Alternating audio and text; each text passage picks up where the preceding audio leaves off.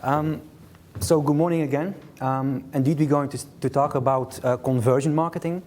And basically, conversion marketing is optimizing your website, whatever it takes to get more conversions. And we believe that SEO, while you optimize for SEO, you can also optimize in order to get more conversions. We're going to give the presentation with two people. My colleague Steve de Veerman is actually is a business development manager, but also he has a lot of experience, in web analytics, and analyzing this data is also used to optimize the SEO process. So, a little agenda for this presentation. We just first going to introduce conversion marketing, what it is, what the advantages are, and how you can use it and apply it in your own process. And then I'm going to explain some basic tips and a kind of plan with some steps how to apply SEO into a conversion marketing process. And then we'll give you some regular tips, and then there is some more space for a Q&A. So I'm going to give the mic to you, Steve, to explain about a little more about conversion marketing. Perfect. Thank you, Marnik. I think if I should ask the question, what could be the definition of conversion marketing? I'm afraid we would get more than 20 different types of definitions. Because conversion marketing is really hot today. It's always used in different contexts, like email marketing, remarketing, and all the topics that will be on the agenda later today. What we try to do is just to hammer it down, like it is a sort of refocusing of your actual already existing online marketing. So all the things that you are doing now, you should refocus it in direction of one purpose, namely conversions or all the, let's say, action that you can do on your website. What I would like to express here on this side is that optimizing your website and online marketing campaigns is something that we do already for several years. You also in all your companies. There's just one focus that is added past year, let's say, and that's the focus on the target. And which targets can be interesting to focus on in your conversion marketing processes is a bit what is expressed in this slide, in this picture. I've got the expression very often that till, let's say, 2008, in our online marketing experiences, we were just running and trying to get as much runners as possible, as much traffic as possible to our website. Maybe call it attraction marketing, or let's say engage as a lot of tools and mediums that are possible to get as many people as possible to your website. What we now try to do in all our projects is get another focus on that, not only focus on the traffic and the positions and all kind of attraction media, but try to focus on the end goal, like the runners here.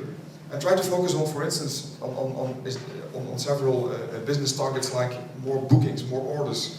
Also, contact forms can be a very interesting issue to focus on. Registrations, of course.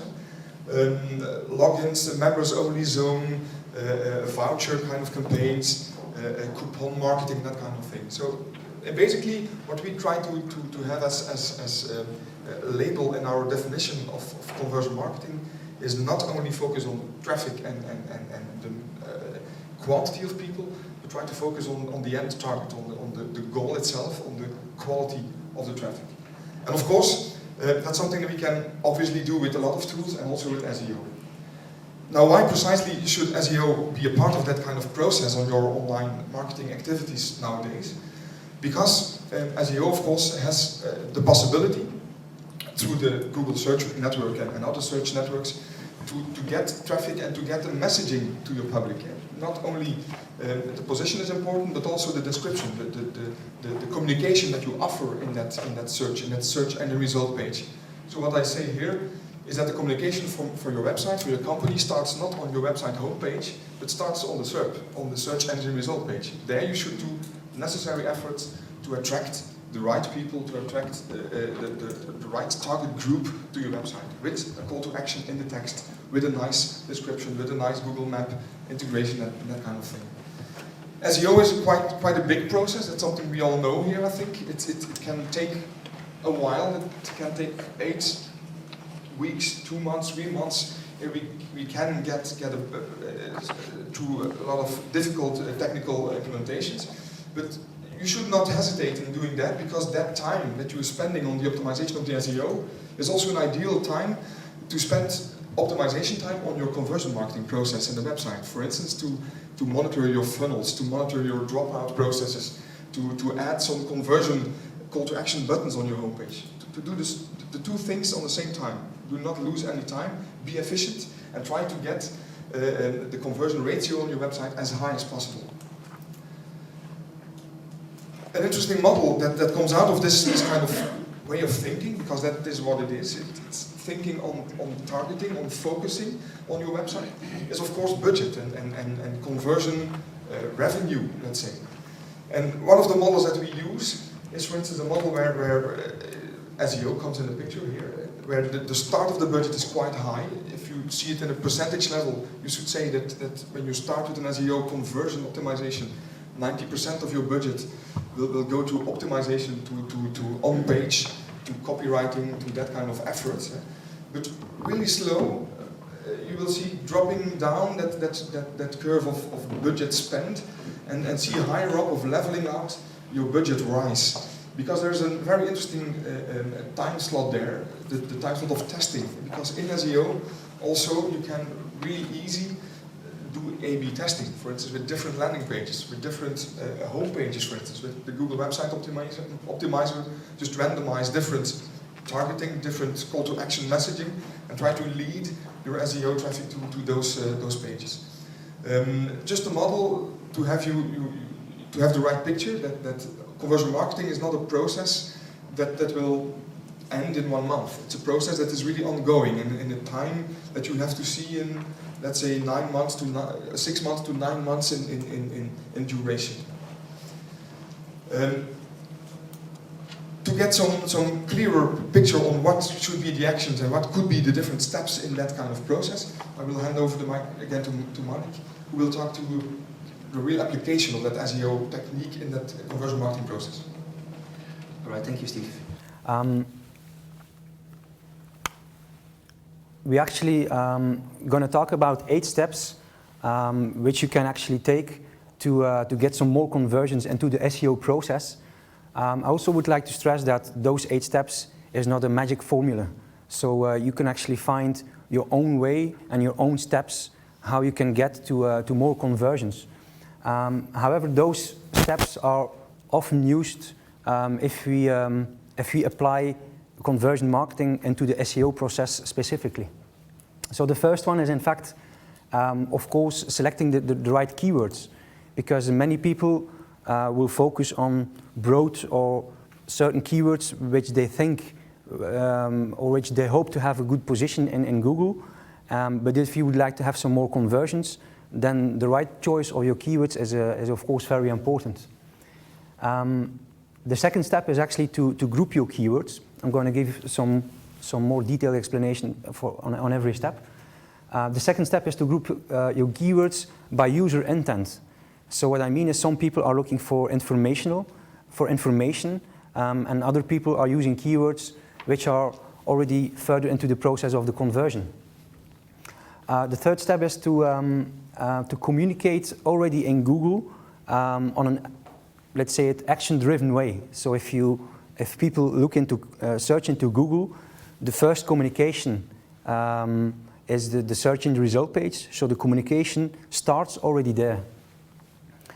And of course, if they click to your website, you should have some compelling content, which you can convince your visitor into more action, which could be clicking or downloading something or convert in something.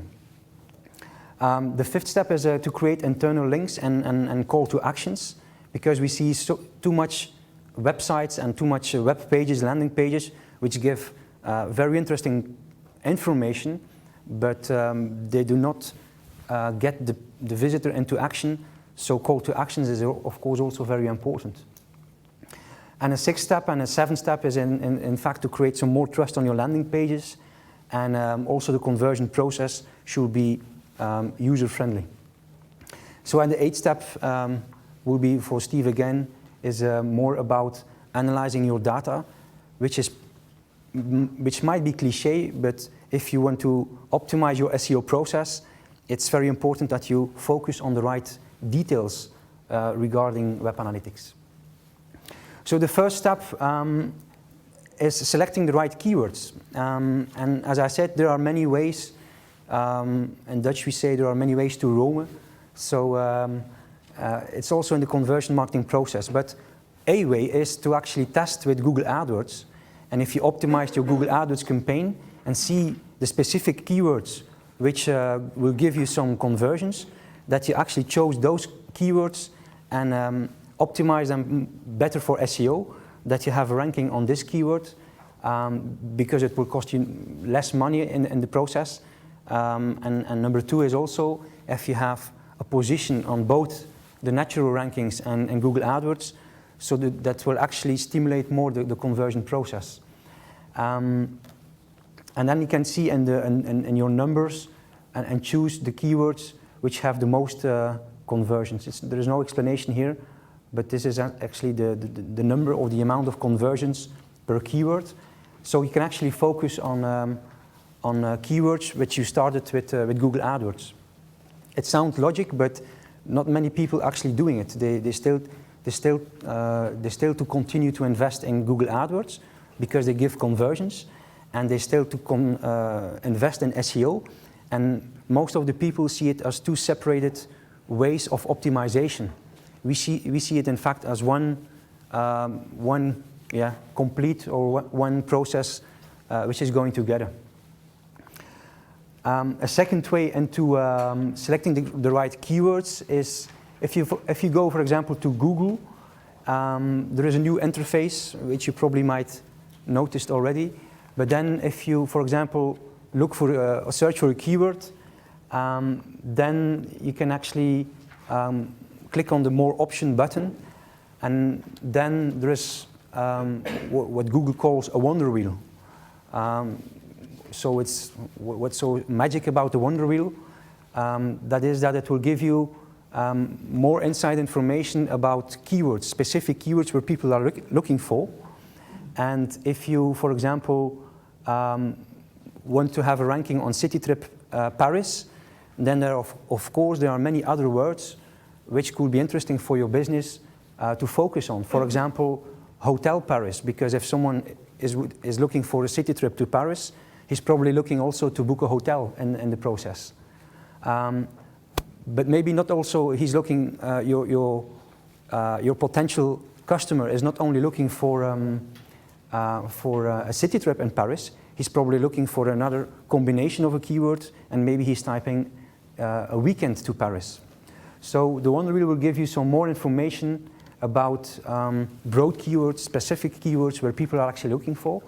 And then on every option you can actually click through, and then you see, for example, we clicked on weekend Paris, and then you have some more keywords which are related to weekend Paris. And the very interesting thing is that you actually get inspired in terms of which keywords to choose, and you can actually pick those keywords which are fitting best into your activity of your website, and then you can create content on it.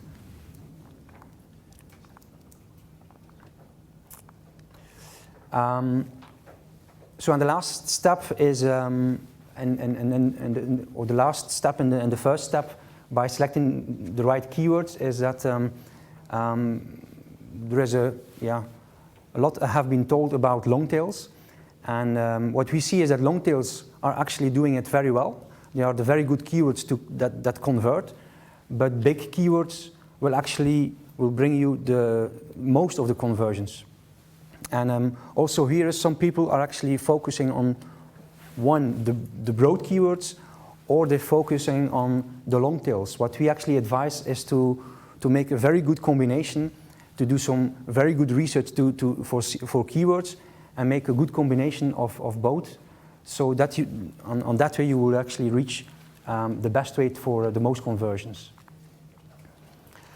And if you actually have selected your keywords, then you can see it as a cloud, because if someone is looking for city trip Paris, they're also looking for a cheap city trip to Paris, or a promotion city trip to Paris, or a romantic city trip to Paris.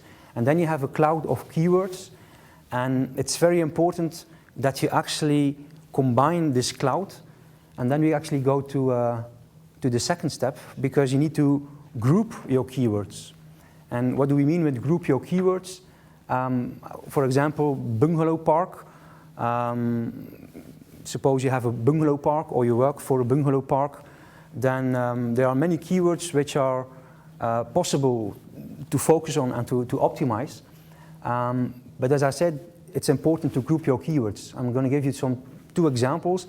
If someone is looking for a bungalow park, he could looking for a specific region, the Belgian coast, the Ardennes, or maybe in Holland. Or he can have an intention. With an intention, we mean he could actually look for luxury within the bungalow parks, or he's actually looking for cheap or affordable bungalow parks. Whatever it is, it's very important that you actually group your keywords, because the better your keywords are mapped, the better you can guide actually your visitors to become a customer. And later we also see, if you group your keywords, then you can actually, if you write some content, and in fact that's the intention, if you map your keywords, then it's much easier to focus on specific landing pages and to create compelling content, and to put all the mapped keywords together in one page. So that way you also will reach more positions on more different and more specific keywords. It takes some time, but we see that it will save you time afterwards, and it will give you much more positions or much more conversions later on also. And another thing is also, if you group your keywords, you can also group your content that you write. For example, you can actually write some pure informational content to inform about the bungalow park, what you can do into the bungalow park, that there are woods, that there is some space for kids, that there is a swimming pool, and whatever it is. So you can actually give a lot of information. So you can actually write your informational pages and optimize them to be found in Google.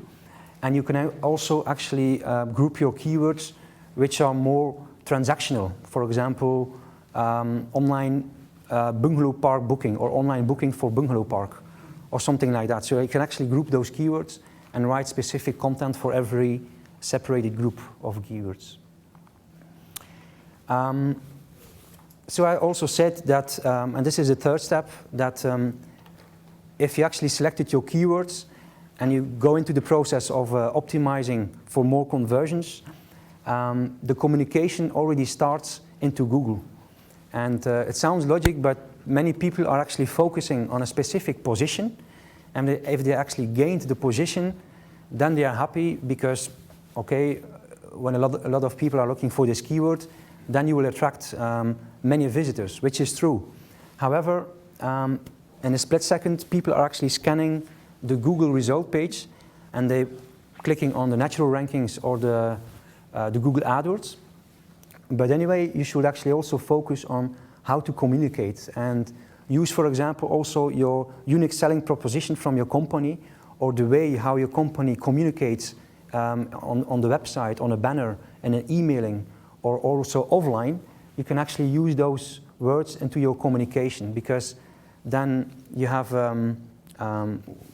one line into your communication, and also in the Google communication. And secondly, for example here, hosting or web hosting and domain names. This one is, for example, not the cheapest one, but they give a very good service. And this service is also based because they work for web builders, and some of the web builders, I know those IT geeks, sometimes work at night, and they sometimes need some support at night. So they actually mention this service or the USPs or the company communication already and the title and the description, which is actually also viewable into the result pages. This is very important because if you use words like book here, download here, or maybe you have a free white paper, all those words you can actually use into your title and description, and it also is the first step into the conversion marketing process. And then when your visitors clicked on your position in Google and they arrive on your website, then of course it's important to have compelling content. And with compelling content, I mean that it's exactly the same from the keyword, and that it's also convincing your visitors into action. Whatever this action is, the first action could be to click on a button or to click on a link to go to a next page or whatever it is. But it's very important that you create compelling content and that you actually make sure that this is optimized for the positions in Google also. Number 4 and number 5, or step 4 and 5, is more or less the same. It's not only about, as we said, getting the position, but also to make sure that you have very good quality landing pages and creating compelling content which convince your visitors into more action. But you also can create, it's also important to have internal links or call to actions on your site. For example, in this case, he wants to have also more fans from his company fan page on Facebook, because he communicates well into this Facebook fan page. So this could be a very small first step into the conversion process to get fans. And every website or every landing page should have the right specific details which gets your visitors into more action. For example, also sometimes it's into the very small details.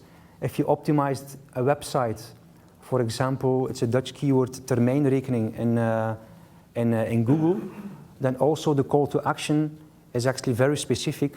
Open a termijnrekening here, because before it used to be open a bank account, just a regular word, but it's going to bring you much more conversions if you communicate very specifically through your keywords also on your landing pages.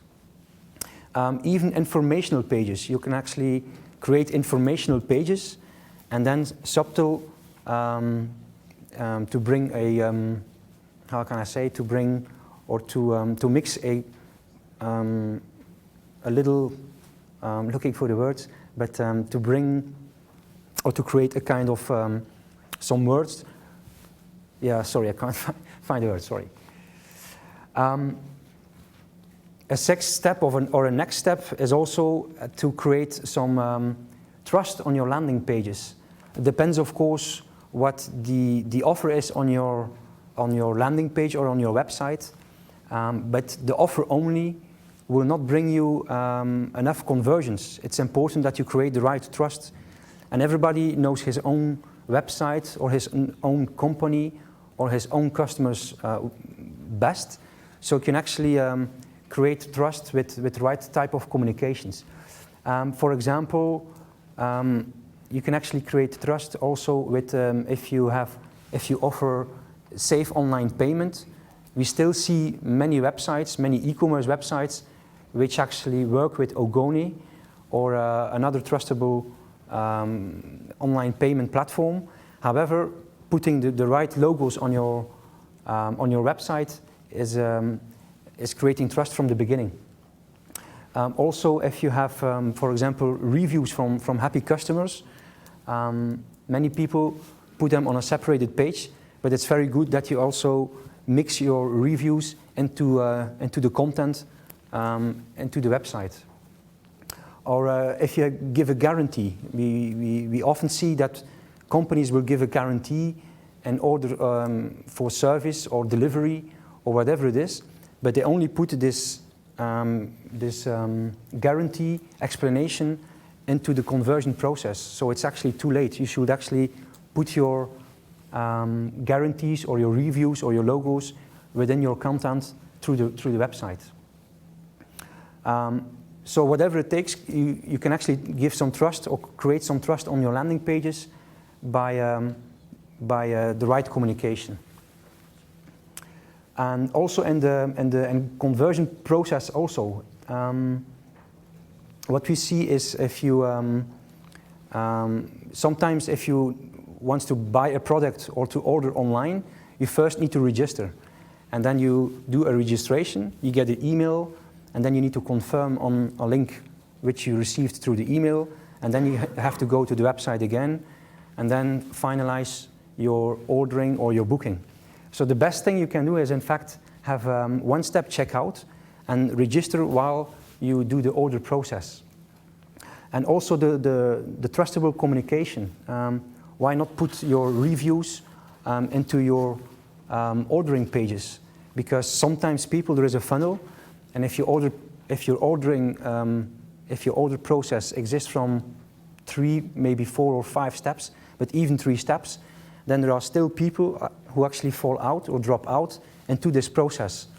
And the more trust you create in order of good delivery, reviews, specific logos or a guarantee you give, and you actually put this communication also on your ordering pages, that will make sure that your people, that the percentage of people who actually do the booking or do the ordering will be much more higher.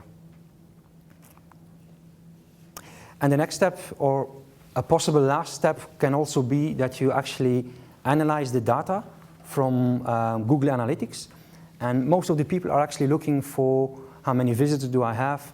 Do I have more visitors than I had last month?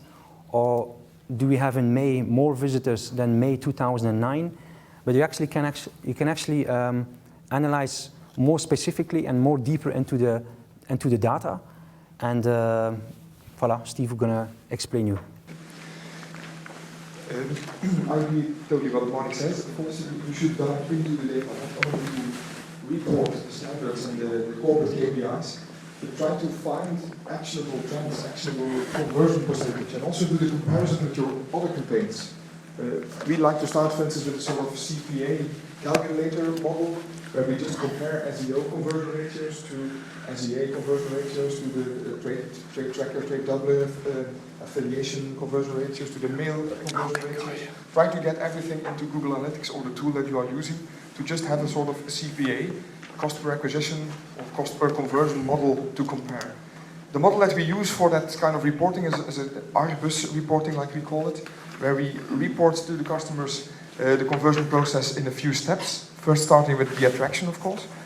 Which keyword groups, which keyword clusters. The thing that Marnik also explained to you, to map your keywords, to cluster your keywords. Also there, Google Analytics offers you a really great opportunity to create advanced segments, where you just group those keywords together, and you can lay over that kind of segment on your reporting just to see which keyword cluster is doing the best conversion or the best traffic building to your website. So you can really experiment great things with the new features in Google Analytics, for instance. So attraction is number one. Retention is also a very interesting topic to review. For instance, what is bounce rate, what is time on site, the typical quality parameters, the QSF, the quantitative success factors on your website or on your landing page. Also behavior, of course. It's not only about landing and attracting, it's also on the level of converting into more pages, into a longer time on site, into clicking on a download, clicking on a PDF, browsing through your folder online, checking the video through event tracking, for instance, try to find out how many people watch your video for 10 seconds, 20 seconds, 30 seconds. Try to get your behavior analytics as far, as deep as possible. Also usability comes in on the right spot. Site overlay reporting, but also heat mapping tools can help you just getting a picture on how your SEO prospect or your SEO visitor really interacts with your landing page, with your website. Don't hesitate in trying to find out actual behavior analytics in kind of site mapping tools like eye tracker, attention wizard, and that kind of things. which really help you in finding out the eye movement of your visitors. Also, stickiness is a really important campaign or let's say reporting cluster. Just to try to find out the returning capacity of your public. Also to watch if your SEO cluster keywords, for instance, attract new visitors or existing visitors, for instance. Because then you could also decide that you've chosen the wrong keyword cluster. If you just attract people that already have visited your website for many times, you could change also their conversion opportunities. If you can focus on other conversion opportunities. And finally, of course, conversion itself. Did they click? Did they book? Did they buy? Did they register for your newsletter?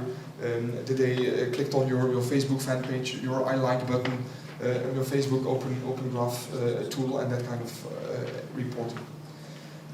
So don't stay on the surface, but dive in. It's my advice always. Which keywords did visitors brought in? Which are the non-converting keywords compared to the converting keywords? Is branded converting better than non-branded? Is branded keywording converting first and non-branded keywords convert later in that stadium? The funnels, don't forget also implementing your funnel reporting in Google Analytics and try to find out what is the dropout percentage where Marnik spoke about. And do not stop optimizing. It's not an end process. It's not spending a few steps or getting through a few steps and then just rest and watch what happens on your website. And just continue into changing things, getting higher positions, more visitors, more conversions, changing logos, changing colors, changing buttons, adding new call to action buttons, changing the testimonial, trying to get another testimonial in a certain place on your conversion process, just to find out what is the best conversion opportunity. You know there are a lot of tools that can help you, for instance the Google Website Optimizer, into A/B testing or multivariate testing of that kind of landing page issues. A few examples I would really like to share with you. For instance, evaluate or analyze the most valuable non-branded keyword for your business. In this case, talking about a small e-commerce shop. Not only, let's say, ranking your keywords on traffic level, but also on value, on e-commerce revenue can be a very interesting focus, because it will give you another order than just ordering or ranking it on traffic. And it will help you to have more insight in which keyword do I have to put most of effort in, to put it higher in the rankings, to make more content, to optimize more in my website. Another example, of course, is if you do some changes, if you have a process ongoing and you have changed descriptions, titles in your CMS system, do not hesitate in following it up, in trying to find the reaction of your visitors on that adaptations. This is, for instance, an example of a quite standard Google Analytics report, but that shows a very interesting increase of conversion after a process that we run in several booking stages, or several goal stages in the website, like the online sign-in, on several target groups, several segments on your website, and they all increased the conversion after SEO targeted optimization. Another thing that could be also very interesting is again, diving in your e-commerce reporting, but not only on traffic level or on SEO keyword level, but try to get the picture on your product level. Which is my product that brings me the most margin, the most revenue, and which keyword brought that product or bought, let's say, engaged most people to buy that product. And it could give you also very interesting ideas to, for instance, do some cross-sell or put that product in a picture with an extra discount, with an extra promotion of the month slogan on your homepage, because that was the product, for instance, that gave you the most margin, the most revenue in the previous month. So try to find a dynamic way of analyzing this kind of reporting and putting it back on your website and trying to build up your margin and your revenue figures.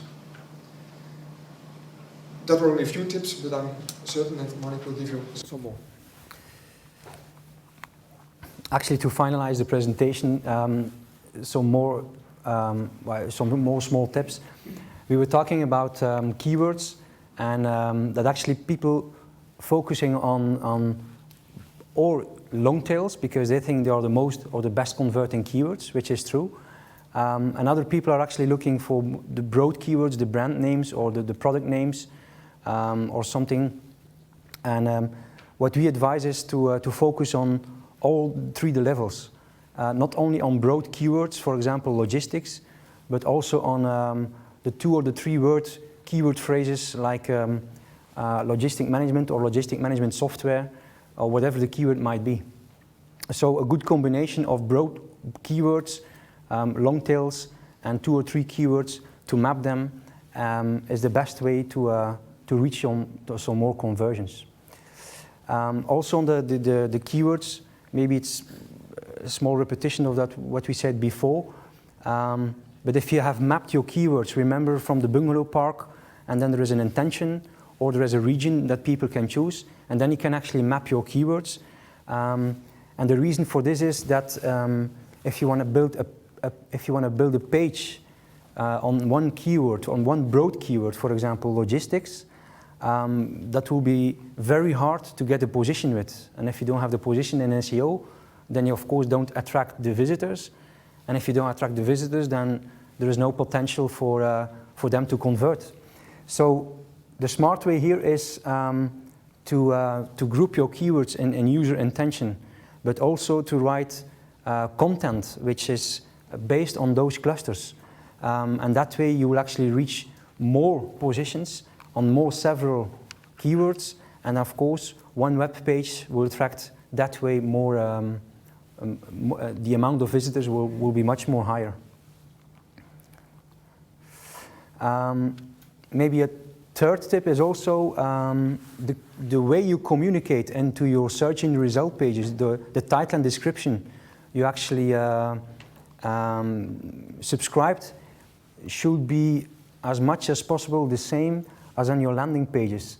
It's in Dutch here, but it's what it says is when an exclusive weekend to Paris. So this is actually really attracting people. If they, for example, looking for the keyword weekend to Paris, that's attracting people into Google. When they click on it, then of course there should be no informational page about a weekend to Paris. There should be no promotion for a weekend to Paris, of course. You should be communicating on your landing page exactly the same message than on your Google result page. So if you match those two together, then of course you will have more conversions. I just have a question about this communication in the search results. I always thought that it was part of the meta description, but I've also read that sometimes Google will choose other content on your page that more matches search queries. So which one is it? Do you actually have control over this? You do have control, maybe not 100%, but you do have control. So if you, in your meta tags, describe a good description, then Google will take this description as the 2 lines of explanation here. So you do have control, and if you do have control, you can actually put some keywords in it and also communicate on the way you would like to attract people as a step 1 and as a step 2, the way how you communicate on your landing page. Is this an answer on your question? Yes, but so it's no guarantee. You might have description. It's not, well, it's not 100% a guarantee. It might be possible that Google actually takes some communication out of your content from your landing page and use it here. But more often he will actually, if you have a good description and also the keywords is actually mentioned in the description, then more than likely he will take those 2 lines. And the last tip, it's maybe a small tip, but it's a very nice tip. It's a small tool which you can actually rehearse, if you like, for writing a title and writing a description. So, for example, here, it's a tool, and I have to think the URL will be www.mofo or SEOmofo.com.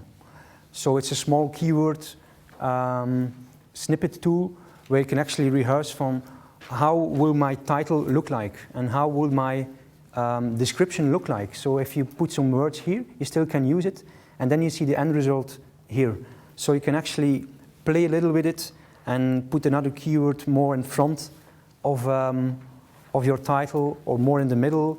Remember that we said that your communication in the Google search and result pages should be attractive using the USP. And what you here can do also is you can see the characters. So what you also see here, on a sudden moment, you see that Google actually ends your two sentences and actually start to use the dots. So you can actually play with it, and it's purely based on communication. And then you can actually write an attractive title and write an attractive description and play with the combination of keywords at the same time. So for the URL, it's again, it's SEO Mofo. You can see it here, SEO Mofo. I think it's .com or .net.